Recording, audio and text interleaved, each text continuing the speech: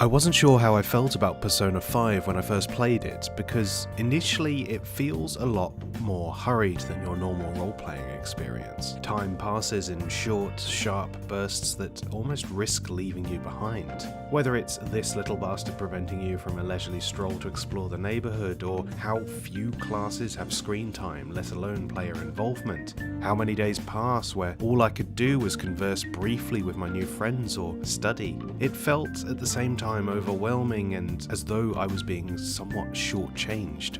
Being a JRPG, it eases up as you progress. You get access to more options as you go, and time doesn't really move on without your permission. But even then, I still felt this sense that the game is a fierce current rather than a wide ocean. And eventually, now I've spent enough time in that world, I think it's brilliant.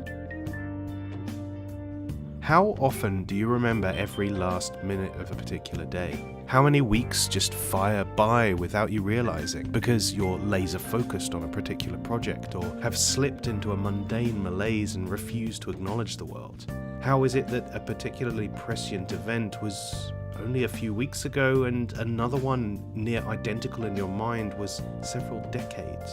There's a particular pace to Persona 5 that feels almost like time manipulation, because there are moments where the story lingers on a particular chord for what seems like an eternity. Then days pass by with little of note. The slow, methodical fixation of dungeons being a multi-week affairs when you can't even remember which classes you took because the days are flying by. It captures something very real about how we engage with the temporal nature of the world, and in particular, how this is experienced by the people still growing up.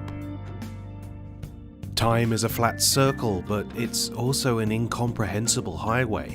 You're doing too much and achieving too little. You feel as though you are seeing the best years of your life just slipping away like detritus from a burning spaceship.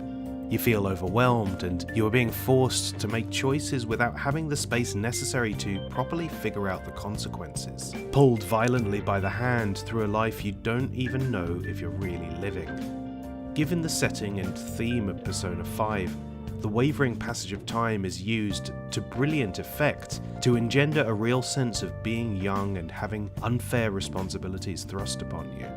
Having to sit exams, do your chores, maintain friendships, and dive into the dark psychosexual mind palace of a serial abuser, all the while the clock is always ticking. It's great, and it's overwhelming, and it's a wonderful examination of an extremely subjective experience. Time makes fools of us all.